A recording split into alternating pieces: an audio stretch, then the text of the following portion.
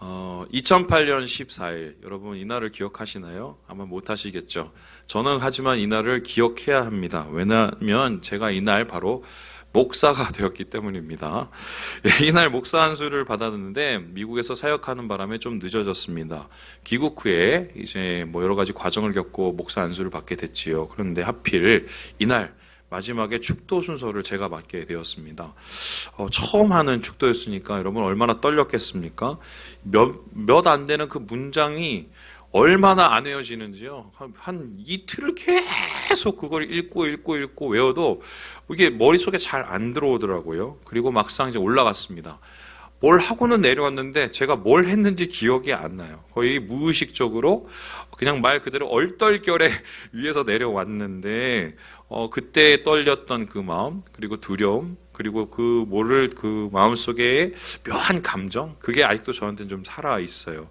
아마 오늘 본문에 등장하는 아론이 그 마음을 느꼈을 것 같습니다. 왜냐하면 지금 그 역시 처음으로 하나님 앞에 제사를 집례하고 처음으로 백성들을 향해서 축도를 하고 있기 때문입니다. 우리 함께 22절의 말씀을 같이 한번 읽어보도록 하지요. 시작! 아론이 백성을 향하여 손을 들어 축복함으로 속죄제와 번제와 화목제를 마치고 내려오니라. 거룩한 첫 제사를 처음으로 집례합니다. 그 다음에 손을 들어서 이 백성들을 축복하게 되지요. 이때 하나님께서 아론과 이스라엘 백성들을 마음껏 축복해 주셨는데 그 축복 가운데 사람들이 갑자기 소리를 지르고 심지어 엎드려지기까지 합니다. 왜냐하면 하나님이 불이 성소로부터 나와서 그들이 하나님 앞에 바쳤던 모든 희생의 제물들을 다 불살랐기 때문이에요. 이때의 모습을 율리우스 카롤스펠트라는 독일의 작가가 다음과 같이 그림을 그렸는데요. 여러분, 사람들의 그 표정을 보세요. 말 그대로 경외죠. 두렵고 떨리는 모습. 그러나 이 경외는 부정적인 경외가 아니라 기쁨이 깔려있는 영광의 경외였습니다. 한마디로 성공적인 데뷔 무대였고 하나님의 불과 영광이 가득한 것을 그들이 함께 보게 됩니다. 여기서 가장 기뻐했던 사람은 누구일까요? 바로 아론 자신일 것입니다. 왜냐하면 이렇게 첫 제사를 성공하기까지의 과정이 결코 쉽지 않았기 때문입니다. 이 레위기는 모세오경의 중간에 있습니다. 그래서 학자들이 모세오경에서 가장 핵심적인 중심의 내용이 레위기에 있다고 생각을 합니다. 그렇다면 레위기에서 가장 깊게 다루고 있는 내용은 무엇인가? 1장부터 9절까지가 다 제사법에 대한 이야기를 다루고 있습니다. 그래서요, 공교롭게도 이 제사를 어떻게 드려야 되는지, 제사장은 어떻게 세워야 하는지, 제사를 드리는 사람은 어떤 준비를 해야 되는지, 이 내용만 자그마치 9장을 하려 합니다. 그러니까 이 레위기가 27장이니까 3분의 1이 거의 제사 얘기만 나오는 거지요. 그런데 그 디테일이 어마어마한데요. 1장부터 6절까지는 이 아론이 하나님 앞에 드려야 될 제사가 어떤 것인지를 구체적으로 가르치고 있는데 다음과 같았습니다. 구약에 5가지의 제사가 나오죠. 하나님 앞에 모든 것을 태워드리는 번제, 주님께 곡식을 태워드리는 소제, 하나님과의 샬롬, 이 평화적인 관계를 간구하는 화목제, 지은 죄를 속해달라고 하나님 앞에 구하는 속죄제, 자기가 저지른 죄에 대한 대가를 치르는 속건제, 이런 5가지 제사를 모두 다 하나님께서 디테일하게 설명을 하십니다. 이 내용이 어느 정도였냐? 구약의 5대 제사는요, 제사 드리는 방법이 굉장히 비슷한데 굉장히 좀 디테일하게 달랐어요. 그래서 이 모든 제사법은 매우 복잡하고 까다로웠는데요. 이것을 모두 습득해야만 아론이 제사를 집례할 수 있었다는 것입니다. 그런데 이러한 까다로움은 여기서 끝나는 것이 아닙니다. 이 제사장으로 서서 제사를 드리기 위해서 아론이 거쳐야 되는 과정이 아직도 더 남아 있었는데요. 그것이 매우 까다로운 살인적인 디테일이 있었습니다. 그 대표적인 예가 아론이 입었던 옷 자체였습니다. 다음 그림에서 보시면요. 이게 제사장이 입은, 특별히 아론이 입은 옷입니다. 저게 보면은 빨갛고 파랗고 붉고 울긋불긋한 모습이 보입니다. 그런데 이것을 입기 위해서 어떤 과정을 겪어야 되느냐? 저기 보시는 것처럼요. 맨몸에서 속바지를 이렇게 입습니다. 그리고 그 위에 속옷을 입고 띠를 띄웁니다. 여기까지는 모든 사람들이 대충 하는 거지요. 그 다음에 뭐냐? 위에다 또 겉옷을 덮쳐 있습니다. 에봇 받침 겉옷이라고 해서 한마디로 파란 옷을 겹고요. 그 위에다가 제사장의 가장 거룩한 옷이라고 할 수 있는 이 에봇이라는 옷을 또 걸칩니다. 여기까지 따져보면 4개를 입는 거예요. 그리고 나서 거기에 또 띠를 띱니다. 여기서 끝난 게 아니에요. 가슴팍에 뭘 갖다 붙이는데요. 이게 흉패라고 하는데요. 이 판결 흉패에 12가지의 보석이 있었어요. 왜 12가지 보석이냐? 12지파를 대표하는 보석이었고요. 이것만 해도 무거운데 이 안에 우림과 둠밈이라는 2가지의 돌을 집어넣습니다. 이건 판결을 나타내는 거거든요. 그러니까 안 그래도 무서워 죽겠는데 그 앞에다가 엄청난 무게의 거를 갖다가 또 붙이고 맵니다. 여기서 끝이 납니까? 머리가 비었죠. 머리 위에다가 관을 씌웁니다. 관에다가 또 성패를 메고요. 한마디로 이거 입는 데만 상당히 오래 걸렸을 것입니다. 그런데 우리가 먼저 이해해야 될 게 뭐냐면 당시의 의복 문화가 지금처럼 발달되어 있었던 시기가 아니라는 겁니다. 평생에 걸쳐서 사람이 옷을 한 2-3벌밖에 못 입던 시기예요. 근데 이런 시기에 이런 식의 과정 속에서 옷을 입었다는 건 당시에서는 최고의 옷을 갖다가 다 껴붙인 겁니다. 그러니까 이런 옷은 되게 부담이 되었을 뿐만 아니라 고가였고요. 그리고 이것을 입기까지의 과정이 상당히 까탈스러웠다는 것이죠. 부담되는 옷이었습니다. 여기서 끝나느냐? 그것도 아니었습니다. 이 첫 제사를 집례하기 위해서는 제사장으로서 취임식을 해야 됩니다. 이걸 위임 예배, 위임 제사라고 하는데요. 어느 총장이 부임하는 그런 예식이 아니었습니다. 제사장으로 세우는 이 위임식은 매우 까탈스러운 절차를 거쳐야 했습니다. 먼저 일어나서 목욕 재개를 합니다. 머리부터 발끝까지 깨끗이 씻습니다. 그리고 아까 보았던 저 예복들을 차례대로 조용히 온전하게 입기 시작합니다. 그리고 나서 뭘 합니까? 여기저기에 기름을 바릅니다. 관유를 또 뿔에다 담아서 머리부터 발끝까지 붓습니다. 그리고는 진짜 하이라이트가 나와 있는데 제사장을 세우기 위한 제사를 지내게 됩니다. 그 제사가 3가지인데요. 속죄제, 죄를 씻는 제사, 번제제, 모두를 바치는 제사, 위임 제사. 그래서 하나님 앞에 이 제사장으로 세우는 제사가 3번으로 이어져요. 이렇게 하면 하루 꼬박이 지납니다. 그런데 이게 끝이 아닙니다. 이런 제사장 위임식이 총 며칠 동안 진행되느냐? 8일 동안 진행이 됩니다. 우리 함께 8장 33절의 말씀을 같이 한번 읽어봅시다. 시작! 위임식은 이래 동안 행하나니 위임식이 끝나는 날까지 이래 동안은 회막문에 나가지 말라. 그러니까 7일 동안 위임식을 하고 8일째는 첫 제사를 드렸는데요. 한마디로 8일 동안 집에 가지 못하고 성막에 붙어 있어야 됐습니다. 말 그대로 머무르는 거지 이건 감금이나 다를 바 없는 그런 상황인 것이죠. 이러한 이 7일 동안 8일 동안의 제사 여기서 끝나는 게 아니고요. 7일 동안에 똑같은 제사와 과정을 계속 반복해야 됩니다. 씻고 또 입고 또 뭐 바르고 또 이걸 계속 반복을 해야 돼요. 아무리 하나님을 예배하는 제사장을 세운다고 하지만 한 사람이 감당하기엔 매우 벅찬 까다로움이었습니다. 어쨌든 아론은 제사장이 되기 위해서 첫 제사를 되기 위해서 이 모든 관문을 넘어야 했습니다. 그런 과정 후에 하나님의 영광이 임하고 하나님의 축복이 임했으니 얼마나 감격이 컸을까 우리가 예상해 볼 수 있지요. 근데 제가 오늘 이런 모든 과정을 살펴보면서 마음속에 불특 이게 경망스러운 질문이 하나 올라왔습니다. 꼭 이렇게까지 하셔야 했을까? 하나님께서 꼭 이렇게까지 까탈스럽게 구셔야 했을까? 하나님은 우주를 창조하신 어마어마한 스케일의 분인데 그렇게 어마어마한 스케일의 분이면 대범하셔야 되잖아요. 대범. 근데 막 옷 입는 것부터 시작해서 제사법부터도 시작해서 심지어는 그 옷 색깔까지도 하나님이 다 맞추고 너무 하나님이 쪼잔하신 거죠.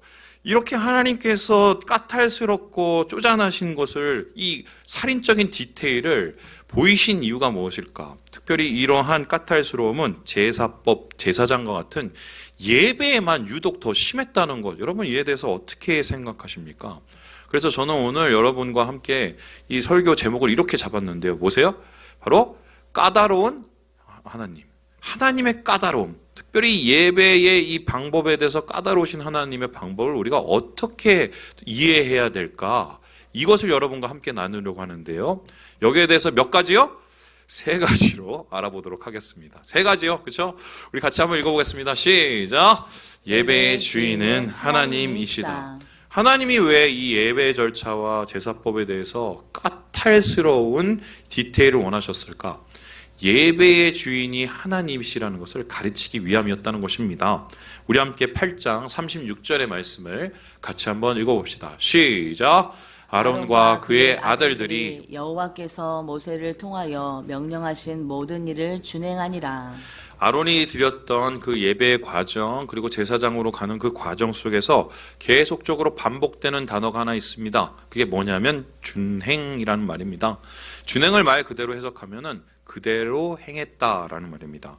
하나님께서 말씀하신 대로, 하나님께서 가르치신 대로, 하나님께서 명령하신 대로 아론은 준행한 것입니다. 하나님께서 예배의 모든 절차를 가르치시고 그리고 준행하게 만드십니다. 그 이유가 무엇일까요? 이 예배의 주인이 누구인지 하나님께서 알려주셔야 했기 때문입니다. 우리가 보통 예배를 생각을 할 때 하나님이 우리를 축복해 주거나 은혜를 많이 주시기 위해서 예배를 만든 건 아니냐 이렇게 생각을 합니다. 맞는 얘기긴 하지만 또 틀리죠. 1차적인 목적은 그게 아닙니다. 예배와 제사의 목적은 하나님이 영광을 받으시는 겁니다.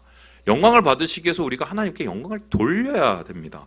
왜냐하면 이 예배의 주인이 우리가 아니라 누구예요? 하나님이시기 때문이에요. 그러면 예배의 주인이 하나님이라는 것은 어떤 뜻일까요? 하나님 마음대로 예배를 드려야 된다는 겁니다.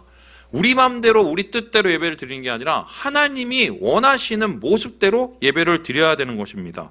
그렇지 않으면 우리 판단대로, 우리 편한 대로, 우리가 생각한 대로 예배를 드린다? 이것은 하나님을 기쁘게 해드릴 수 없으며 이러한 예배는 하나님의 축복도 은혜도 받을 수 없는 쓸데없는 예배가 되고 말기 때문입니다. 제가 예전에 이제 뉴욕에 갔었을 때 우리 집 옆에 큰 공원이 하나가 있었어요. 굉장히 큰데요. 뭐 거기서 풋볼도 하고 뭐 별걸 다 해요. 근데 거기 중간에 이 벤치가 하나 있고 그 벤치 옆에 이 성모 마리아 상이 하나 있었습니다. 어떻게 이게 거기 있었는지 잘 이해가 안 돼요. 그런데 어느 날 제가 그 저녁에 이제 조깅을 하러 갔는데 거기에 뭐 사람들이 몰려서 이상한 짓을 하는 거예요. 그래서 뭔가 봤더니 이 성모 마리아라고 그러죠. 그 마리아 상에다가 뭐 이렇게 꽃 같은 걸 막 걸더라고요. 어떤 여자분이 와갖고. 그리고 그 돈이 뭐냐면 뭐 천 같은 걸 화려한 천을 막 이렇게 입힙니다. 그리고는 앞에다가 무슨 이렇게 막 하트 모양 무슨 모양으로 이렇게 막 그 촛불을 이렇게 만드는 거예요. 그리고는 뭐 노래도 부르고 뭐도 하고 신기해갖고 저게 뭔가 싶어서 물어봤더니 마리아를 위한 그 존경의 제사를 드리는 거래요. 존경의 제사. 그래서 이게 뭐야. 그런데 제가 제 제3세계에 가서 거의 비슷한 모습을 봤어요. 대상만 바뀌었어요. 마리아가 아니라 어떻게 보면 거기는 보살이더라고. 보살상에다가 똑같이 뭘 갖다 씌우고 앞에다가 뭘 피우고 또 갖다가 뭘 두르고 어차피 나중에 갈 땐 다 뺏겨가요. 그걸 왜 그렇게 하는지 물어보면 한 가지입니다. 그렇게 내가 원하는 대로 내가 바라는 대로 내가 생각하는 대로 그렇게 하면 그로부터 내가 무엇인가를 받을 수 있다고 생각하기 때문이죠. 우리가 우리 편한 대로 우리 생각한 대로 예배를 드리는 이유는 우리의 욕구를 충족시키기 위해서입니다. 이게 그 당시에 대부분의 이 예배의 방법이었는데요. 하나님께서는 그것을 거부하셨어요. 오히려 그 당시에 자기 편의대로 드리는 예배가 아니라 하나님이 주인된 예배를 원하셨습니다. 그리고 이러한 독특함에 대해서 이성구 교수가 이렇게 얘기를 하는데요. 우리 같이 한번 읽어보도록 할까요? 시작! 이스라엘의 제사는 고대 근동의 여러 문화와 비교할 때 독특한 것이었다. 이스라엘을 둘러싼 여러 문명 세계는 자신의 필요를 따라 자신의 방법으로 신을 찾아가는 모습을 보여준다. 그러나 이스라엘은 달랐다. 이스라엘이 스스로 하나님을 찾아간 것이 아니라 하나님께서 친히 당신께로 나아가는 길을 보여주신 것이다. 맞죠? 하나님이 하나님의 방식대로 까다로운 디테일을 원하시는 이유는 주인이 하나님이시기 때문에 하나님으로 가는 길을 하나님밖에 모르시기 때문에 그런 거예요. 그러니까 하나님이 주인된 예배를, 하나님이 받으실 만한 예배를, 하나님이 만나실 만한 예배를 그 길을 여시는 방법은 오로지 하나님밖에 몰랐습니다. 그래서 아주 차곡차곡히 예배의 옷부터 드리는 방법부터 그 여러 가지 절차까지 하나님이 모든 디테일에 관심을 가진 거예요. 그래야 그 예배를 통해서 주님께서 우리를 만나시고 우리를 마음껏 은혜를 주실 수 있기 때문입니다. 그래서요, 우리가 이렇게 생각하면 되는데 내가 지금 예배를 드리고 있는데 하나님의 임재를 누리지 못하고 있다. 그러면 솔직히 좀 고민을 해봐야 돼요. 내가 드리는 이 예배가 그 주인이 하나님이신가 아니면 다른 누구인가? 나인가? 내가 주인된 예배는 하나님이 받으실 수가 없어요. 주님이 이거를 가르치시기 위해서 그 까탈스러운 디테일을 이스라엘 백성에게 요구하셨던 것입니다. 두 번째로 그렇다면 하나님께서 예배의 이 까탈스러운 디테일을 요구하신 이유가 무엇일까요? 우리 같이 한번 읽어볼까요? 시작! 예배는 언제나 타락하기 쉽다. 예배가 타락하기 쉽기 때문에 더욱더 철저한 절차를 요구하셨던 것입니다. 우리 함께 10장 1절의 말씀을 같이 한번 읽어보겠습니다. 시작! 아론의 아들 나답과 아비후가 각기 향로를 가져다가 여호와께서 명령하시지 아니하신 다른 불을 담아 여호와 앞에 분향하였더니 우리의 예배는 인간이 할 수 있는 가장 순수하고 온전한 숭고한 그 무엇입니다.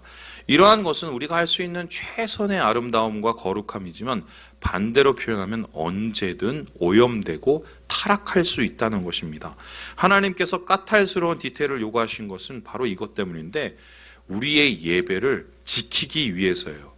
인간의 죄악으로부터 사탄의 공격으로부터 이 예배의 숭고함을 빼앗기지 않기 위해서 주님께서는 그 까탈스러운 과정을 원하신 것입니다. 그 적극적인 예가 바로 이 10장에 나타난 나답과 아비후입니다. 여러분, 나답과 아비후가 아론의 축복 가운데 제사를 드린 그 다음 얼마 지나지 않아서 막 말도 안 되는 죽음을 당합니다. 그 이유가 무엇입니까? 그들이 하나님을 제사를 집례하다가 하나님의 거룩한 불이 나타나서 타서 죽습니다. 타서 죽어요. 왜 이런 일이 일어났을까? 학자들은 아마 이 사람이 술을 먹어서 그런 게 아닌가, 술 먹고 들어가서 그런 게 아닌가, 정확한 건 모르지만 여기서 한 가지 말이 있는데 다른 불이라고 얘기해요. 다른 불은 무엇입니까? 한마디로 세상적인 때가 탄 죄악한 자기가 하고 싶은 잘못된 오염된 예배를 드리고 있었다는 것입니다. 여러분, 사람이 그렇습니다. 그만큼 악하고 약합니다. 제사의 직무가 제사장 가문으로 아론의 가문으로 넘어가자마자 얼마 되지도 않아서 자기식의 예배가 시작이 되었습니다. 거룩한 것을 언제든 속된 것으로 바꿀 준비가 있는 게 그게 바로 우리의 모습이라는 것이에요. 그래서요, 제사장에게 하나님 가까이 하라는 명령은 편하게 지내라는 소리가 아닙니다. 주님을 더욱더 사모하라는 뜻입니다. 하나님을 가까이 할 수 있는 것은 특권이지만 그만큼의 우리의 준비됨이 필요한 것이지요. 하나님의 반응, 도대체 이런 불을 받으실 수 없으니 거룩한 불로 태우신 것입니다. 영원히 꺼지지 않는 불, 성령의 불이 생명을 삼키고 멸망하는 불로 변하게 된 것인데요. 여러분, 예배는 언제나 타락할 수 있습니다. 그래서요, 문제가 되는 것은 이 예배가 타락했을 때 그 개인만 문제가 생기는 게 아니라 공동체와 민족 한 나라 자체가 엉망진창이 될 수가 있다는 거예요. 그 예배가 바로 사사의 시대 때 일어나는 일입니다. 우리 함께 사사기 17장의 말씀을 같이 한번 읽어보겠습니다. 시작! 그 사람 미가에게 신당이 있으므로 그가 에봇과 드라빔을 만들고 한 아들을 세워 그의 제사장으로 삼았더라. 미가라는 사람이 있었어요. 이 사람 불량배였는데 어떻게 남 돈 뜯어갖고 부자가 됐습니다. 부자가 되니까 뭔가를 하고 싶었겠죠. 그래갖고 집에다가 신당을 하나 차려요. 막 온갖 우상들 다 세워놓고 하나님도 같이 섬기는 겁니다. 근데 막상 차려놓으니까 그거를 맡을 사람이 없는 거예요. 근데 갑자기 어디서 굴러먹은 한 놈이 들어와요. 그 놈이 너 누구냐고 물어봤더니 레위 지파 소속의 소년이에요. 또 여기까지 왜 왔냐? 굶어 죽을게 해서 거렁뱅이 생활을 하고 있었던 거예요. 야, 그러면은 내가 밥 줄 테니까 여기 와갖고 이거나 해. 그러고 나서는 하나님을 섬겨야 되는 레위인이 하나님을 섬기지 않고 미가를 위한 개인 전담 제사장으로 아예 타락을 하고 맙니다. 이러한 모습, 이스라엘이 얼마나 영적으로 타락했는지 보여주는 건데요. 이게 여기서 끝나는 게 아니에요. 이 사사기의 끝이 뭐냐면 민족의 몰락이거든요. 동족상잔의 비극이 일어납니다. 11지파가 한 지파를 완전히 쑥대밭을 만들어버립니다. 베냐민 지파가 거의 멸절 위기까지 가는데 왜 이런 일이 일어났냐? 그 중심에는 타락한 레위인이 있었습니다. 레위인이 첩이 있었어요. 가장 거룩해야 될 레위인이 첩이 있었습니다. 첩이 있었고 그 첩이 죽었습니다. 그 분통을 터뜨리기 위해서 사람들에게 얘기를 했고 경동시켜서 한마디로 민족이 민족을 싸우는 말도 안 되는 종국을 만들어낸 것이죠. 이러한 영적인 타락, 여러분, 이스라엘 백성이 예배가 몰락해서 타락해서 이렇게 된 게 몇 세대 지나지 않아서입니다. 이렇게 우리가 드리는 예배는 정신을 차리지 않으면 언젠가 변해요. 이게 정말 거의 정답과 같은 것인데요. 그래서요, 과거 내가 하나님의 임재를 체험했다, 하나님의 정말 예배의 충만함을 경험했다, 거기에서 만족하시면 안 됩니다. 오히려 더 위험합니다. 언제나 오염과 타락에 노출되기 쉽기 때문입니다. 제가 얼마 전에 찬양 사역하시는 우리 형님들을 만났는데 아주 그 근황이 정말 가슴이 아팠습니다. 먹고 살기가 너무 힘든 거예요. 한국 교회 아예 찬양 사역 자체가 거의 이제 뭐 절멸의 길로 가고 있어요. 왜 이렇게 된 줄 아세요? 한때 되게 잘 나갔어요. 막 앨범도 막 엄청나게 팔리고 이랬었거든요. 그런데 그 중심이 되었던 몇몇 사람들이, 그 은혜의 통로가 되었던 사람들에게 많은 영향을 주었던 그 예배자들이 타락했습니다. 성적으로, 그리고 돈으로, 또한 여러 가지 뭐 관계로 타락해버렸어요.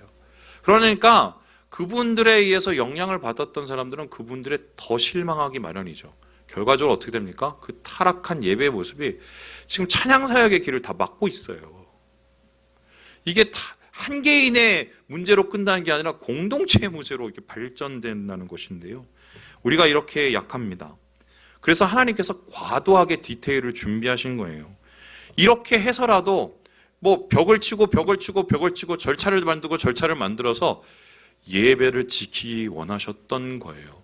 최소한 예배를 드리기 원하면 그런 절차 속에서 이러한 예배에 대한 고민을 하게 될 거 아닙니까? 그래서 하나님께서는 이러한 예배의 디테일을 통해 예배의 순전한 순수성을 지키기 위해서 이렇게 디테일을 요구하셨다. 이게 두 번째에 나타난 하나님의 까다로움의 이유입니다. 마지막으로 그렇다면 하나님께서 이 예배에 대한 부분을 이렇게 까탈스럽게 적용하신 이유가 무엇일까요? 우리 같이 한번 읽어보도록 하겠습니다. 시작! 준비된 예배가 축복을 받는다. 하나님께서 이 예배에 대한 까다로운 디테일을 원하시는 이유는 예배가 준비돼야, 예배자가 준비돼야 하나님의 뭘 받아요? 축복을 받기 때문입니다. 우리 함께 23절, 24절 말씀을 같이 한번 읽어보겠습니다. 시작! 모세와 아론이 회막에 들어갔다가 나와서 백성에게 축복하며 여호와의 영광이 온 백성에게 나타나며 불이 여호와 앞에서 나와 제단 위에 번제물과 기름을 사른지라. 아론이 성공을 했어요. 그 성공한 이유를 한번 생각을 해봅시다. 아론이 한 게 별로 없습니다. 어떻게 했습니까? 하라는 대로 했습니다. 하라는 대로 제사법하고, 하라는 대로 옷 입었고, 하라는 대로 위임식을 치렀습니다. 그러니까 하나님이 하라는 대로 그 꾸준하게 그 절차와 그 이제 프로세스죠. 그걸 이렇게 밟아갔더니 저절로 준비가 된 겁니다. 그러니까 하나님께서는 왜 이런 까탈스러움을 하시나? 그렇게 해서라서도 이 예배자를 준비시키기 위해서였던 거예요. 그래서 이 제사장과 더불어서 이 예배에 함께하는 모든 사람들을 이런 과정을 통해서라도 준비시켜서 하나님께서 축복해 주시기 위해서 이렇게 디테일을 원하셨던 것입니다. 이러한 디테일은 단순히 제사장에게만 요구된 게 아니었습니다. 오히려 그 제사를 드리는 그 당사자, 예배자들도 마찬가지로 이 디테일이 요구가 되었는데요. 우리가 한 가지 착각하는 게 뭐냐면 구약의 제사를 드리는 사람, 제사인들이 그냥 가만히 있고 그냥 갔다가 그냥 양 바치고 그러면 알아서 그냥 자동으로 뭐 제사장이 가지고 다 태워주고 처리하고 그냥 집에 가는 거라고 생각을 합니다. 전혀 아니에요. 오히려 그 반대인데요. 예배 드리러 온 사람, 제사 드리러 온 사람이 거의 다 한 70%는 합니다. 나머지 그냥 제사장 보고 있다가 갖다 올려놓고 피 좀 뿌려주고 얼마나 편합니까? 저도 이렇게 하고 싶어요. 이걸 했어요. 실제적으로 예배를 능동적으로 이끌어가는 사람은 제사장이 아니라 누구예요? 제사 드리는 그 당사자였다는 것입니다. 뭐 예를 한번 들어보죠. 번제 예를 들어봅니다. 제사 드리는 사람 집에서 흠없는 그 송아지 끌고 오죠. 얼마나 또 그 돌아받겠어요. 그리고 나서 뭐 합니까? 희생제물 갖고 와서 그리고 안수를 합니다. 그리고 누가 죽여요? 그 사람이 죽여요. 내 대신 죽입니다. 그러고 나서 뭐 합니까? 희생제물 때 피 받아서 이 제사장 그냥 뿌려주고 그냥 말아요. 그러면 그 다음에 각을 뜹니다. 누가 떠요? 제사한 사람이 뜹니다. 가죽 누가 벗겨요? 제사한 사람이 뜹니다. 다 해요, 다 해요. 그리고 이 제사장은 뭐하냐? 그거 가지고 그냥 올려다 놓고 태우는 게 다예요. 그럼 실제적으로 예배의 모든 부분을 능동적으로 참여한 것은 누굽니까? 제사 드리는 사람이었어요. 오늘날 이에 비하면 얼마나 쉽습니까? 뭐 그냥 나와서 돈 좀 준비하고 시간 좀 준비하고 이런 수준이 아니라 이 사람들은 이 예배를 위해서 거의 며칠을 혹은 뭐 한 달을 준비했던 거예요. 그래서 제사인들은 이런 적극적으로 제사를 참여하기 위해서 당연히 제사법에 능통해야 됐고요. 이러한 제사를 위해서는 철저한 준비가 필요했다. 이러한 준비에 대해서 토저 목사님은 이렇게 얘기를 하는데요. 우리 같이 한번 읽어보도록 하겠습니다. 시작! 우리 안에 하나님을 불편하게 해드리는 것이 다 없어질 때까지는 어떤 예배도 하나님을 전적으로 기쁘게 해드릴 수 없다. 예배는 우리의 전 존재가 다 포함되어야 하기 때문이다. 하나님을 심술궂고 타락하고 교만하고 이기적인 생각 속에는 거하실 수 없다.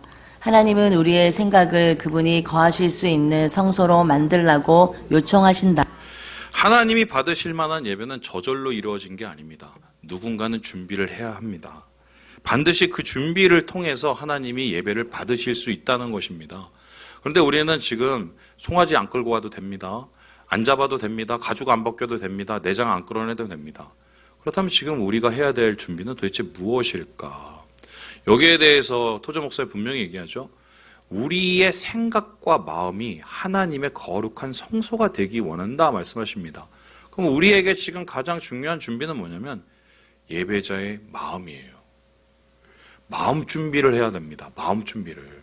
제가 어제 이제 리더들하고 이 말씀 준비를 하면서 예배를 어떻게 잘 준비할 수 있는지 뭐 이런저런 얘기를 했습니다. 그랬더니 한 분이 말씀을 저 주중에 좀 읽고 자기가 그래도 이제 영적인 끈을 안 놓치려고 하면은 예배가 은혜스러워요라고 했습니다.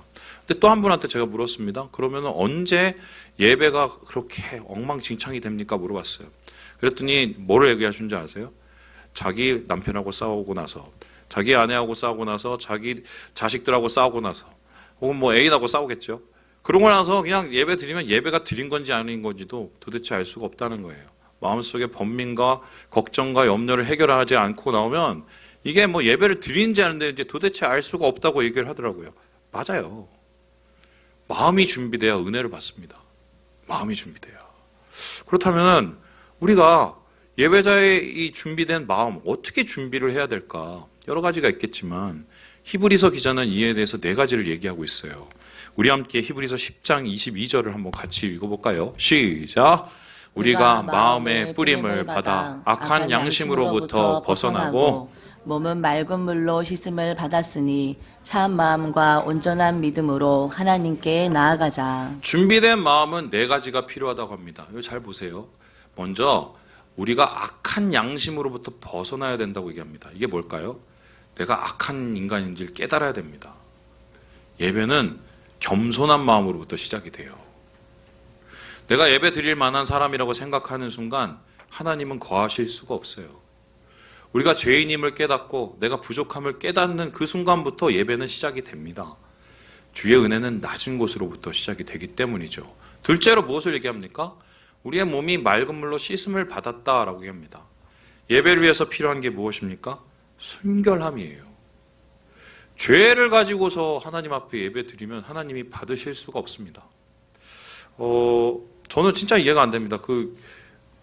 모르겠어요. 저 그렇게 될까요? 나중에 예전에 보면 목사님들 중에 정말 끔찍한 막 그런 거를 듣고 막 위선적으로 나와서 설교를 하시는데 은혜를 끼치신 분이 그렇게 많았어요. 저는 이게 피부가 닭살이 올라서 이게 안 되는데 그게 되시는 분들이 있더라고요. 그게 어떻게 하는지 모르겠는데 그런데 그것을 통해서 사람들은 은혜를 받을 수 있지 모르지만 그 목사님은 끝이에요. 끝.